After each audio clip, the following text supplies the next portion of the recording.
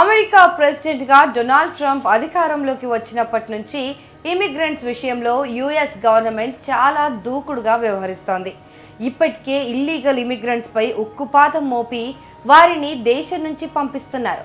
తాజాగా తాత్కాలిక వలసదారులపైన కూడా ట్రంప్ కన్నెర్ర చేశారు. యుఎస్ వ్యాప్తంగా 5 లక్షల మందికి పైగా వలసదారులకు తాత్కాలిక నివాస హోదాను రద్దు చేస్తున్నట్లు డిపార్ట్మెంట్ ఆఫ్ హోమ్ల్యాండ్ సెక్యూరిటీ సంచలన ప్రకటన చేసింది. క్యూబా, హైతీ, నికరాగ్వా, వెనుజులా దేశాలకు చెందిన లక్షలాది మంది వలసదారులకు చట్టపరమైన రక్షణను రద్దు చేస్తున్నట్లు హోమ్ల్యాండ్ సెక్యూరిటీ విభాగం వెల్లడించింది. నెల రోజుల్లో వారిని దేశం నుంచి బహిష్కరించనున్నట్లు తెలిపింది. 2022 అక్టోబర్ తర్వాత ఆ 4 దేశాల నుంచి అమెరికాకు వలస వచ్చిన దాదాపు 5,32,000 మందికి ఈ ఉత్తర్వులు వర్తించనున్నాయి. హ్యూమనిటేరియన్ పేరోల్ ప్రోగ్రాం కింద అమెరికాకు వచ్చిన వారిపై ఈ కొత్త విధానం ప్రభావం చూపనుంది. వీరంతా ఇతరుల ఆర్థిక సహకారంతో అమెరికాకు వచ్చారని, 2 ఏళ్ల పాటు యుఎస్లో నివసించడానికి, పని చేయడానికి తాత్కాలిక అనుమతులు పొందారని హోమ్ల్యాండ్ సెక్యూరిటీ సెక్రటరీ క్రిస్టీ నోయెం వెల్లడించారు. వీరు ఏప్రిల్ 24వ తేదీన లేదా ఫెడరల్ రిజిస్టర్లో నోటీసులు పబ్లిష్ అయిన 30 రోజుల తర్వాత లీగల్ స్టేటస్ను కోల్పోతారని తెలిపారు.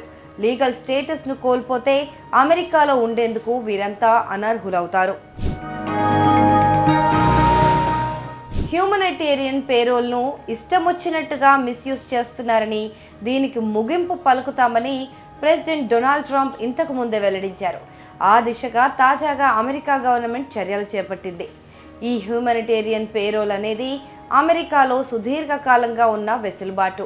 యుద్ధం లేదా రాజకీయ అస్థిరత ఉన్న దేశాల ప్రజలు అమెరికాకు వచ్చి తాత్కాలికంగా నివాసం ఉండేందుకు వీలుగా అధ్యక్షుడు ఈ లీగల్ స్టేటస్ను కల్పిస్తారు. గతేడాది అధ్యక్ష ఎన్నికల ప్రచారంలో ట్రంప్ దీని గురించి పలుమార్లు ప్రస్తావించారు. అక్రమ వలసదారులను బహిష్కరించడంతో పాటు కొందరు వలసదారులకు ఉన్న చట్టబద్ధమైన మార్గాలను కూడా ముగిస్తామని అప్పట్లో తెలిపారు. అంతకు క్రితం ఉన్న నిబంధనల ప్రకారం ఇలా హ్యూమనిటేరియన్ పేరోల్ కింద అమెరికాకు వచ్చేవారు 2 ఏళ్ల పాటు చట్టబద్ధంగా దేశంలో ఉపాధి పొందొచ్చు. ఆ గడువు ముగిసిన తర్వాత మరింత ఎక్కువ కాలం ఉండేందుకు వీలుగా శరణార్థిగా లేదా వీసా కోసం దరఖాస్తు చేసుకునే సౌలభ్యం ఉండేది. అయితే ట్రంప్ అధికారంలోకి వచ్చిన తర్వాత ఈ దరఖాస్తుల ప్రక్రియను నిలిపివేశారు. దీన్ని సవాల్ చేస్తూ పలు ఫెడరల్ కోర్టుల్లో పిటిషన్లు దాఖలయ్యాయి.